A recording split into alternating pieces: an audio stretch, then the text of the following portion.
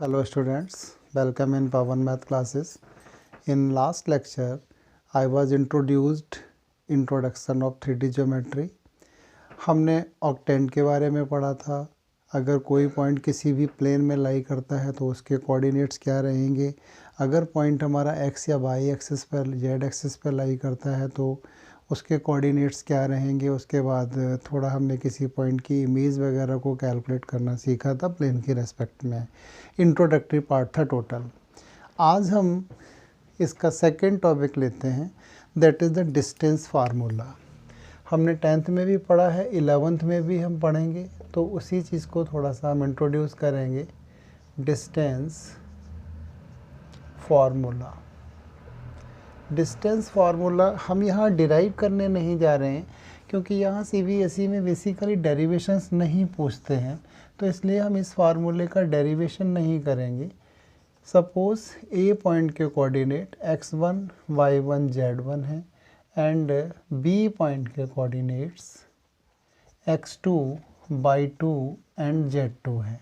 Then how we can find distance between these two point. अगर 10th के हिसाब से आप देखेंगे तो आपने वहाँ पर प्लेन में डिस्टेंस कैलकुलेट करनी सीखी थी, x1 minus x2 square plus y1 minus y2 square. ये अकॉर्डिंग टू 10th है। 11th में एक नया कोऑर्डिनेट z भी है तो z1 माइनस z2 का स्क्वायर लिखेंगे। अगर आप इस फार्मूले में x2 minus x1 square plus y2 minus y1 square plus z2 minus z1 square लिखते हैं तो वो भी राइट है, वहाँ कोई प्रॉब्लम नहीं है। ठीक है, ये लिखते हैं तो ये भी राइट है, क्योंकि आपको पता है चाहे a माइनस बी का स्क्वायर लिखें या b माइनस ए का स्क्वायर लिखें, दोनों की वैल्यू सेम ही आनी होती है। तो ये हमारा डिस्टेंस फार्मूला रहेगा। एक छोटा सा सिंपल सा क्वेश्चन हम जैसे इस पर अप्लाई करना सिखाते हैं, उसके बाद हम कुछ अच्छे क्वेश्चंस आपको कराएंगे अभी। सपोज़ एक पॉइंट हमारा 1, 2, 3 है, दूसरा पॉइंट -2, 1 एंड 0 है। हमसे कोई कहता है कि इन दोनों पॉइंट्स के बीच की डिस्टेंस कैलकुलेट करके दीजिए। तो आपको जिसका दिल करे उसे x1 y1 z1 मानिए, जिसका मन करे उसको x2 y2 z2 मानिए। थोड़ी देर के लिए आपने इसे अपना x1 y1 z1 मान लिया और इस पॉइंट को आपने क्या किया, x2 y2 z2 मान लिया। तो अब ये AB की वैल्यू कितनी आएगी, रूट ऑफ बिल्कुल 10th 1 माइनस -2, 1 माइनस -2 का स्क्वायर प्लस 2 माइनस 1 का स्क्वायर प्लस 3 माइनस 0 का स्क्वायर।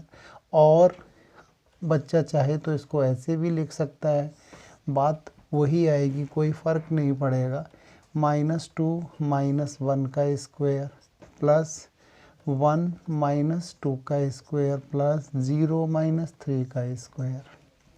आप सॉल्व कीजिए तो ये क्या हो जाएगा, 1 माइनस माइनस प्लस ये 3 का स्क्वायर आ गया प्लस 1 का स्क्वायर प्लस 3 का square. This is equal to 9 plus 1 plus 9 and it is root of 19 units. ये है इन दोनों पॉइंट के बीच की डिस्टेंस। अगर आप इससे सॉल्व करते हैं तब भी यही आंसर आना चाहिए, -3 square minus 1 square minus 3 square, it is coming 9 plus 1 plus 9 and this is equal to root of 19 units. तो इसमें कोई कन्फ्यूज़न नहीं आपको अपने ब्रेन में रखना है कि ये x1 minus x2 square correct है या x2 minus x1 square correct है। दोनों ही करेक्ट हैं, जिस भी मेथड को आप अडॉप्ट करना चाहें वो अडॉप्ट कीजिए, करेक्ट। तो ये होता है डिस्टेंस बिटवीन टू पॉइंट्स। अब इस पे छोटे मोटे प्रॉब्लम जो आपने 10th में किए थे वैसे ही प्रॉब्लम पूछेगा। जैसे आपसे ये कहेगा कि prove that given points are the vertices of a right angle triangle, या given vertices are the point of isosceles right triangle, given points are the vertices of equilateral triangle, otherwise given vertices are the given points are the vertices of a parallelogram, rectangle, square, rhombus। तो इस पर भी problem हमसे पूछ सकता है, तो आप इनके लिए बिल्कुल भी कन्फ्यूज़न में नहीं पड़ेंगे। आप आराम से जो 10th में करते थे तकरीबन वही सब काम आप यहाँ करेंगे। तो थोड़ा हम आपको शॉर्ट में ये ब्रीफली इंट्रोड्यूस करते हैं। राइट ट्राइंगल,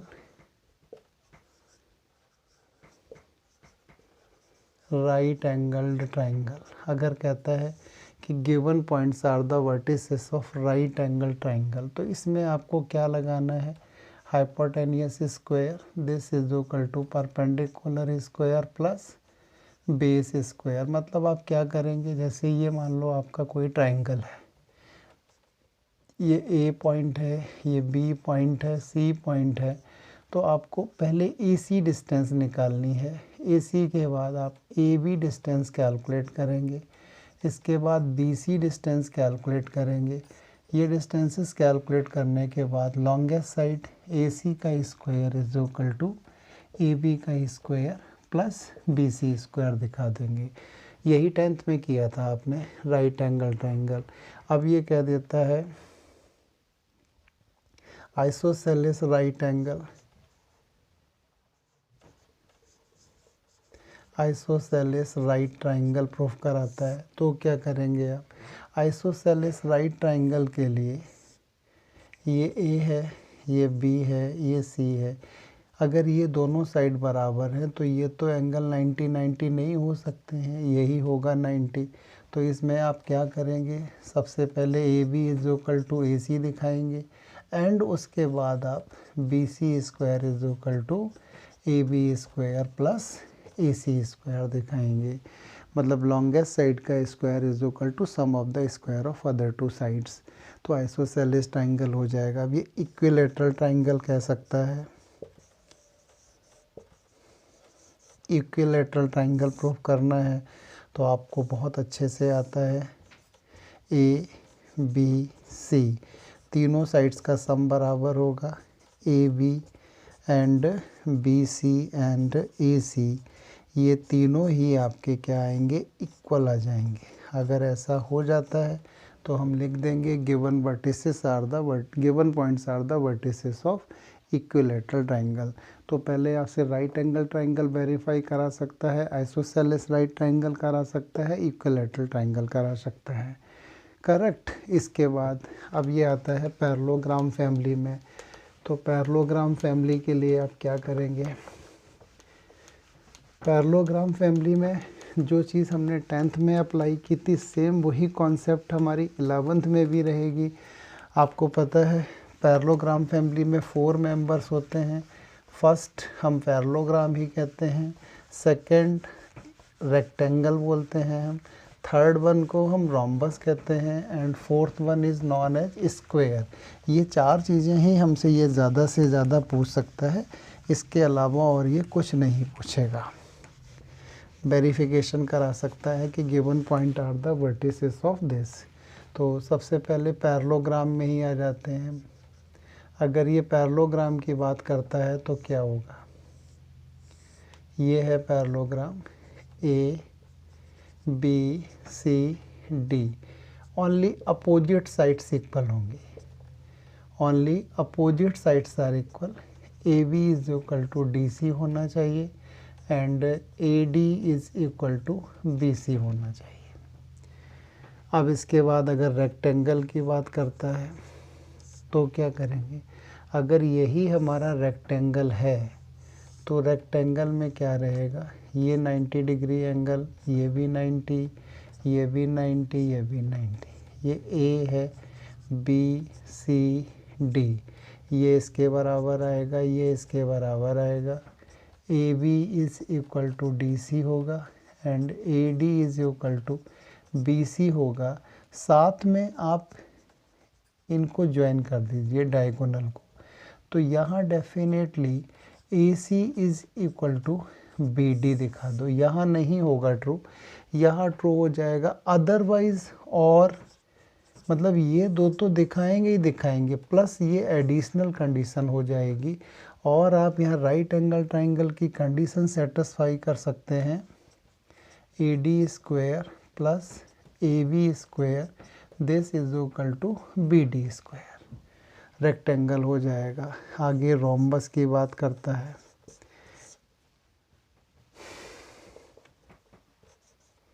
ये कहता है कि ये given points are the vertices of rhombus. तो रोम्बस में आपको पता है चारों साइड्स क्या होती हैं, बराबर होती हैं। A B C D, 4 sides equal आ जाएंगी। A B is equal to B C is equal to C D, this is equal to A D. Rhombus के बाद अब आएगा स्क्वायर। अब आपसे पूछता है कि प्रूव करो given points are the vertices of square. तो स्क्वायर प्रूव करने के लिए आप क्या करेंगे, अपोजिट साइड क्या, सभी चारों साइड बराबर हैं and each angle is 90 degree. तो इसमें आप क्या दिखाएंगे, A B this is equal to B C, this is C D, this is equal to A D. Plus additional condition में क्या होगा, एक तो आप डायगोनल दिखा दो बराबर, तब भी चलेगा।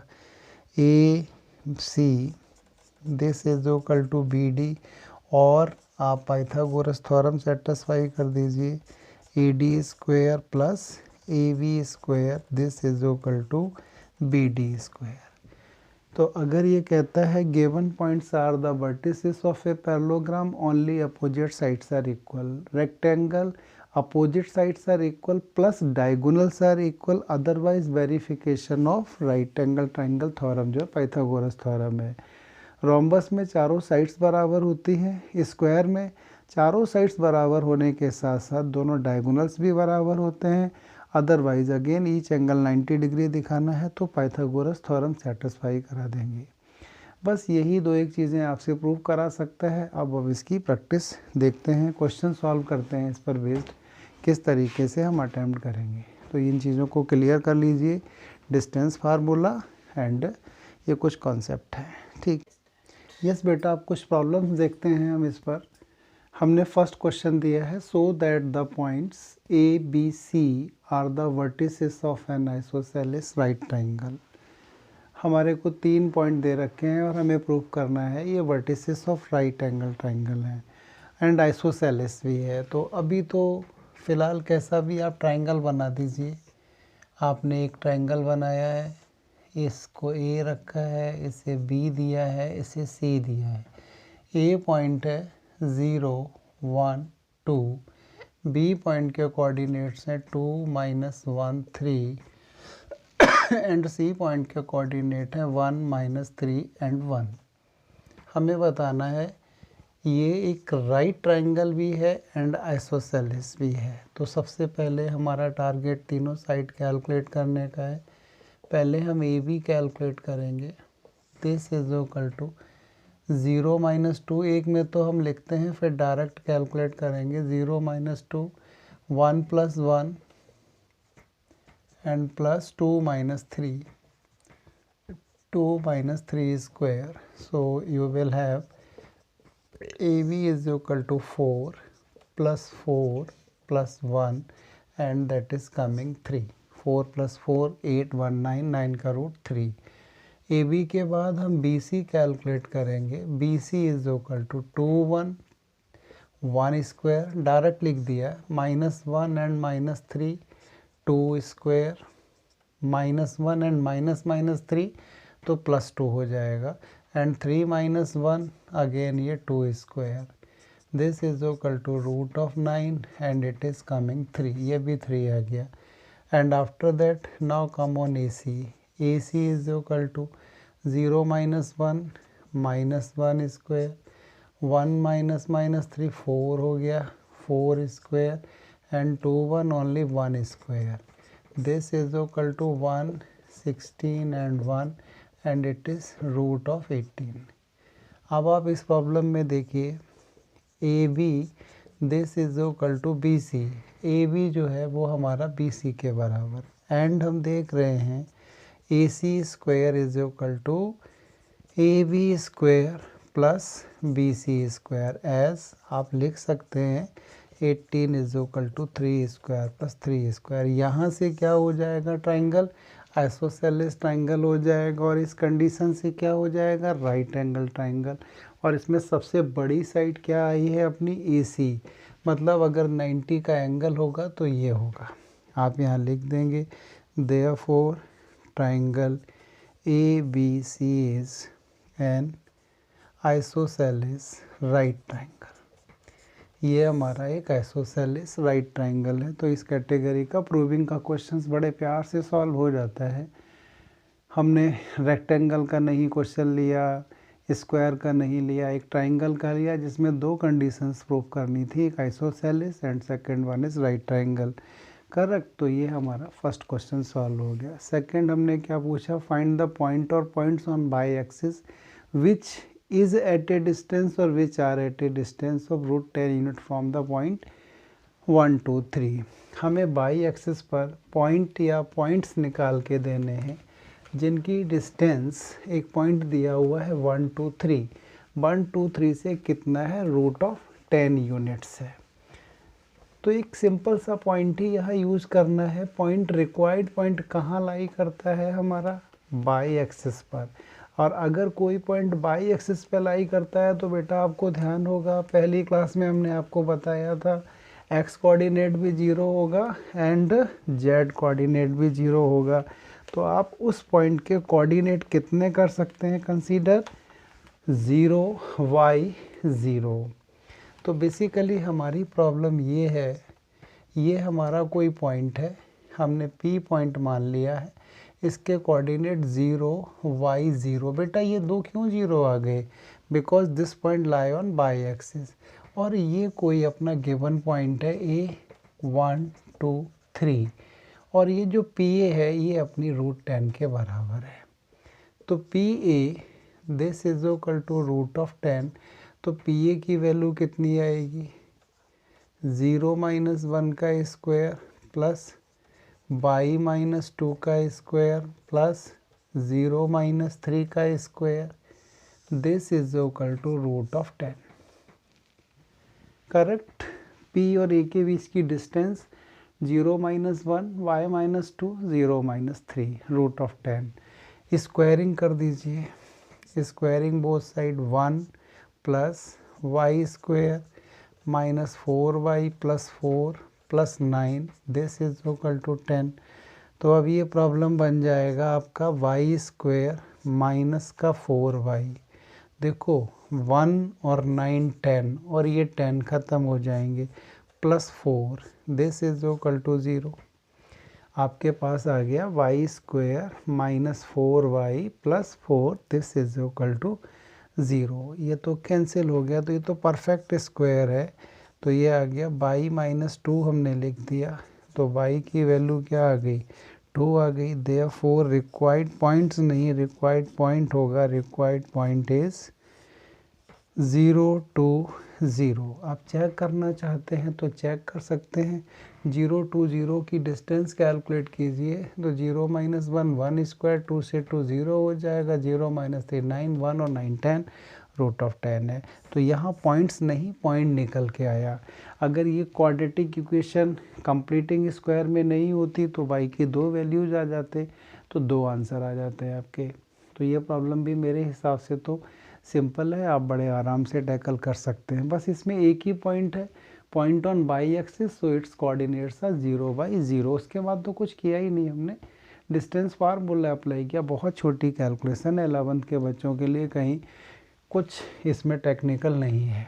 थर्ड प्रॉब्लम, फिर एक छोटा सा पॉइंट ही रखा है हिडन यहाँ पर, find the point on z axis which is equidistant from the point 157 and 514। हमें जेड एक्सिस पर एक पॉइंट कैलकुलेट करना है जो इन दोनों पॉइंट से बराबर डिस्टेंस पर है। तो जेड एक्सिस पर पॉइंट है, आपको पता है जैसा अभी आपने किया था वैसा ही कुछ है। ये आपका कोई P पॉइंट है, ये जेड एक्सिस पर है, तो इसके कोऑर्डिनेट्स आप क्या करेंगे कंसीडर, 0 0 Z। नहीं, ये P एंड Q तो इसने दे रखे हैं, तो हमने यहाँ रिक्वायर्ड पॉइंट अपना A ऐड कर लिया। ये अपना पॉइंट है इक्विडिस्टेंस फ्रॉम 2 पॉइंट्स। ये कोई P पॉइंट है और ये Q पॉइंट है। P के कोऑर्डिनेट्स हैं 157 एंड Q के कोऑर्डिनेट्स क्या हैं 514। यहाँ मैं थोड़ा आपको एक हिंट देना चाहूँगा और आपसे कहूँगा कि आप अलर्ट भी रहिए। यहाँ बच्चे क्या करते हैं, तीनों पॉइंट एक लाइन में दिखा करके इन दोनों का मिड पॉइंट कह देते हैं, ये ए आ गया, वो गलत है। यहाँ इसने ये नहीं कहा है कि required point and P and Q are collinears, ऐसा नहीं कहा है। बच्चे क्या करते हैं, तीनों पॉइंट एक लाइन पे दिखाते हैं, ये इसका मिड पॉइंट है, और फटाक से कोऑर्डिनेट निकालने की कोशिश करते हैं। ऐसा आपको नहीं करना है। तो अकॉर्डिंग टू क्वेश्चन आपके पास क्या है, A P is equal to A Q. A P की वैल्यू क्या हो जाएगी आपकी, 0 minus 1 square, 0 minus 5 square and z minus 7 का square. This is equal to A Q, 0 minus 5 square, 0 minus 1 square, z plus 4 square. Squaring कर दीजिए आप, तो स्क्वायरिंग करके 1 plus 25 plus z square minus 14z plus 49। This is equal to 25 plus 1 z square 8z plus 16। देखो बड़ी अच्छी बात है, ये तो दोनों ही कैंसिल हो गए, जेड स्क्वायर से जेड स्क्वायर भी कैंसिल हो गया, 8 इसको दे दो तो ये कितना हो जाएगा, माइनस का 22z, और इसको 49 दे दो तो ये बन जाएगा माइनस का 49 16 33। तो यहाँ से z की वैल्यू आपकी आ जाएगी, 11 से कट कर दो 3/2, तो आप यहाँ दे देंगे रिक्वायर्ड पॉइंट, इसके coordinate 0 0 and 3/2। So by this way we are able to do our third question. Find the point on z axis which is equidistance. हमने एक जेड एक्सिस पे पॉइंट लिया है, ये दो अपने गिवन पॉइंट ले लिए थे पी एंड क्यू, इनसे डिस्टेंस बराबर लिख दी, A P is equal to A Q. ये दोनों डिस्टेंस निकाल दी, स्क्वायरिंग कर दिया, स्क्वायरिंग करने के बाद स्क्वायर वाला टर्म ख़त्म हो गया, इसका मतलब एक ही पॉइंट आना था। ये कैलकुलेशन करके काम ख़त्म हुआ। नेक्स्ट फोर्थ क्वेश्चन भी कुछ ऐसा ही है, जहाँ पर छोटा सा एक हिडन पॉइंट रखा हुआ है, बाकी तो सब कुछ इजी सा ही है। तो आप देख रहे होंगे बड़ा इंटरेस्टिंग टॉपिक आपको लग रहा होगा, इसमें बहुत ज़्यादा आपको मेहनत करने की ज़रूरत भी नहीं। इंट्रोडक्टरी पार्ट है जो 3 डायमेंशनल ज्योमेट्री, और वैसे भी जो हमारी कोऑर्डिनेट ज्योमेट्री होती है, चाहे वो 2D हो या 3D हो, ये आसान है बशर्ते हम इसको ध्यान से करने की कोशिश करें। तो फोर्थ क्या है, find the point in x y plane. Point कहाँ लाई करता है, एक्स वाई प्लेन पे लाई करता है। तो ये अपना रिक्वायर्ड पॉइंट हमने मान लिया, इसके कोऑर्डिनेट एक्स वाई एंड 0 होंगे। विच इज़ इक्विडिस्टेंस, जो इक्विडिस्टेंस है 3 पॉइंट से। एक पॉइंट अपना ए है, ए के कोऑर्डिनेट्स दे रखे हैं इसने 0 0 1। दूसरा पॉइंट बी है, बी के कोऑर्डिनेट्स हैं 2 0 3। और तीसरा पॉइंट सी है, इसके कोऑर्डिनेट है 0 3 2। ये पी पॉइंट है, ये कहता है ये 2 3, ये डिस्टेंस और ये डिस्टेंस, ये तीनों ही डिस्टेंस बराबर हैं।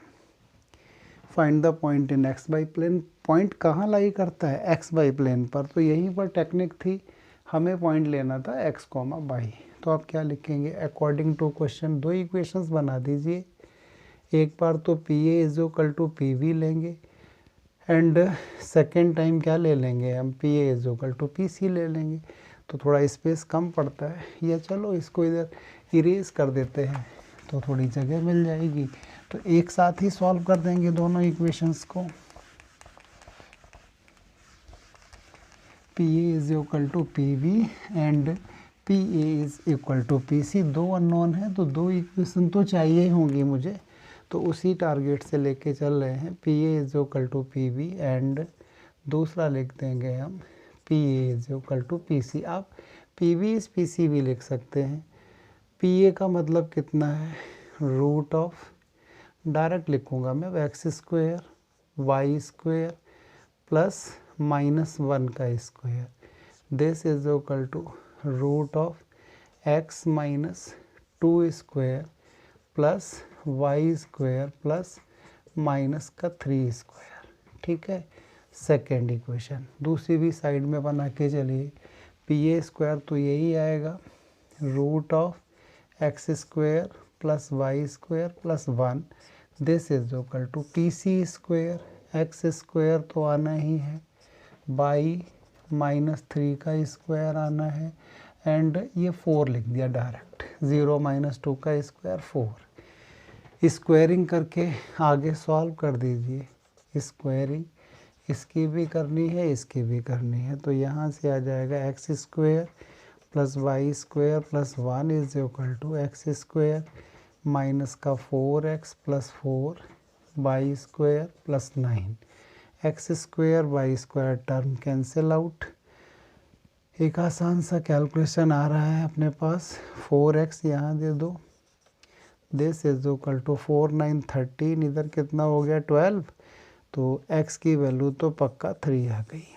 इधर से देखो कैलकुलेशन करके देखते हैं, x square plus y square plus 1 is equal to x square y square minus 6x plus 9 plus 4, ये तो कैंसिल होने ही हैं, माइनस का 6y, सॉरी नॉट x, तो ये लिख देंगे हम 6y इज इक्वल टू 9 4 13, ये आ गया 12, तो यहाँ से आपकी y की वैल्यू कितनी आ गई 2 आ गई, y की वैल्यू 2, x की वैल्यू 3, तो आप अब लिख सकते हैं रिक्वायर्ड पॉइंट जो है वो आपका 3 2 एंड 0 है। तो आपने देखा है ये सभी प्रॉब्लम्स बड़े आसान थे, कहीं कुछ नहीं थे। एक दो क्वेश्चन और देखते हैं इसी पर बेस्ड, जिससे आपका डिस्टेंस फार्मूला कंफर्म हो जाएगा। यस बेटा, कंटिन्यूशन में कुछ और प्रॉब्लम देख लेते हैं, तो जिससे डिस्टेंस फार्मूला हमारा 100% कंफर्म हो जाएगा। फिफ्थ पॉइंट है हमारा, फिफ्थ प्रॉब्लम है, if points A and B are 1 2 3 and -1 4 3 respectively, then find the locus of the point P such that, locus means path traveled by any point under some restriction. What do you mean by locus? Locus means path traveled by point under some restriction. ठीक है, set of points भी इसे कहते हैं कभी कभी। तो fifth problem में क्या करना है, let P be x y z, तो अकॉर्डिंग टू प्रॉब्लम क्या है, P A square plus P B square this is equal to 2k square, P A square कितना, ए है 1 2 3, तो पी ए हो जाएगा x -1 square y -2 square z -3 square, this is equal to, sorry plus not is equal to P B है अपना x plus 1 का square plus y -4 square plus z -3 square, this is equal to 2k square. Solve कर डालिए, छोटी मोटी calculation है, x square -2x plus 1 y square minus का 4y plus 4 z square -6z plus 9 x square plus 2x plus 1 y square -8y plus 16 z square -6z plus 9, this is equal to 2k square. एक बार check कर लेते हैं, x square minus का 2x plus 1 y square -4y plus 4 z square 326z plus 9, ठीक है, x square plus 2x plus 1 correct है, y square -8y plus 16 right है, z square -6z plus 9 is 2k square. आप देख रहे हैं इस प्रॉब्लम में 2 बार एक्स स्क्वायर है, 2 बार ही वाई स्क्वायर है, 2 टाइम्स ही जेड स्क्वायर है, माइनस का 2x एंड प्लस का 2x, ये तो फिनिश हो गए, माइनस का 4y एंड 8y ऐड हो जाएंगे, माइनस के 12y, जेड में देखिए -6 दोनों बार है, तो ये माइनस का 12z। अब नंबर की बारी आती है, 1 4 5 9 14 14 15 15 एंड 16 31 31 एंड 9 40, एक बार और देख लीजिए, 5 14 16 नहीं 5 14 15 16 31 40 नंबर हुआ 40. This is equal to 2k square entire equation divided by 2 x square plus y square plus z square minus 6y minus 6z plus 20. This is equal to k square. It is the locus of the required point. ख़त्म. एक छोटा सा problem है, इसको करने में आपको कोई समस्या नहीं होनी चाहिए. तो फिफ्थ भी देख लिया है. सिक्स्थ बीच में हमने एक ऐसा डाल दिया कि थोड़ा लोकस से आपका मन हट करके दूसरे टाइप के प्रॉब्लम पर आ जाए, क्योंकि दोबारा फिर हमने एक लोकस का प्रॉब्लम ही रखा है और जिसमें कैलकुलेशन भी ज़्यादा रखे हैं.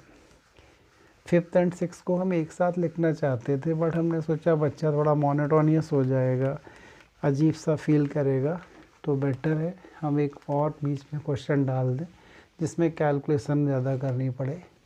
सिक्स्थ में क्या करना है, show that these 3 points are collinear. अब मुझे नहीं पता ये पॉइंट जैसे ए है, बी है, सी है, या ये इस ऑर्डर में भी हो सकते हैं. ए इधर होगा, बी इधर हो, सी इधर हो. अब मुझे तो कुछ पता नहीं है भाई, तो फिगर तो कैसे ना कैसे बनाना पड़ेगा. ये पॉसिबिलिटी हो सकती है. ए बी सी हमने लिख दिया. ए के कोऑर्डिनेट्स हैं -3 -2. यहाँ लिख लेते हैं तो थोड़ा इजी रहेगा. नहीं भी लिखोगे तो कोई फ़र्क नहीं है, आपके सामने तो क्वेश्चन पेपर होगा, वहाँ से देखो. एंड सी है -5 -4 एंड 6. ये कहता कोलिनियर है एक ही लाइन पर. या तो ये वाली कंडीशन होगी या ये वाली कंडीशन होगी. अब कौन सही है कौन गलत है वो तो बाद में पता लगेगा. अगर ये कोलिनियर हैं तो A B plus B C is equal to A C होना चाहिए. अगर ये कोलिनियर है तो B A plus A C is equal to B C होना चाहिए. मतलब one distance must be equal to the sum of other 2 distance. तो पहले आप ए बी कैलकुलेट कीजिए. डायरेक्ट निकालो. -3 और -9 प्लस 6 36. जल्दी करेंगे. -2 6 फिर 36 एंड 4 ये भी 36. तो ये कितना हो जाएगा, इसको तो ऐसे लिख दो ना तो ज़्यादा अच्छा रहेगा. 3 × 6 स्क्वायर एंड इट इज़ 6√3. काम कम करना पड़ा. ए बी के बाद बी सी -9 और +5 4 16 4 रह गया ना, -8 फिर 16 रह गया, प्लस अब की बार क्या होगा 10 फिर 16 हो गया. तो ये आप लिखो 3 × 4 square and it is coming 2√3. अब रह गया अपना ए सी. ए सी इज इक्वल टू -3 5 2 का मतलब 4 एंड -2 एंड +4 फिर 4 एंड 4 6 फिर 4. ये आ जाएगा 3 × 2 स्क्वायर. It is coming 2√3. ये आया है 2√3. ये आया बेसिकली 4√3.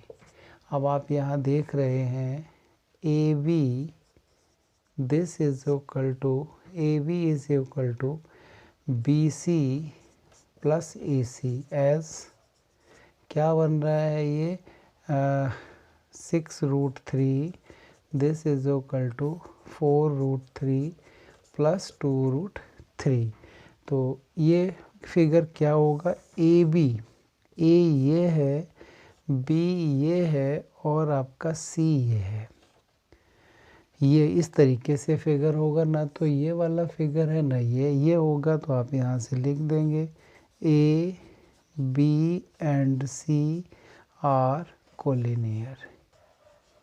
ये कंडीशन है. स्टार्टिंग में हमने आइडिया लगाया था वो नहीं निकला. ये है भाई one distance is equal to sum of 2 distance और एक हमने कॉमन भी रखा है. तो ये वाली सिचुएशन है. ये तीनों पॉइंट कोलिनियर हैं.